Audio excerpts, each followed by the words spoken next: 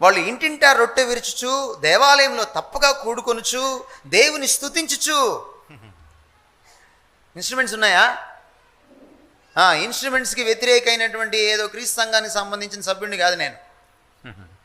Instruments ఉండాలి. పరలోకంలో కూడా ఇన్స్ట్రుమెంట్స్ ఉంటాయి. అక్కడ పిల్లన్ గ్రోవి వీణా ఉంటుందని రాయబడింది. దేవుడు ఇన్స్ట్రుమెంట్స్కి వ్యతిరేకి కాదు. కానీ ఆరాధిస్తున్నప్పుడు సడన్గా దేవుడు రాడు.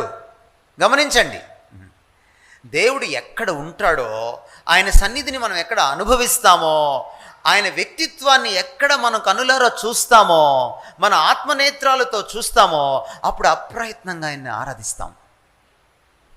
Revolution first, worship second.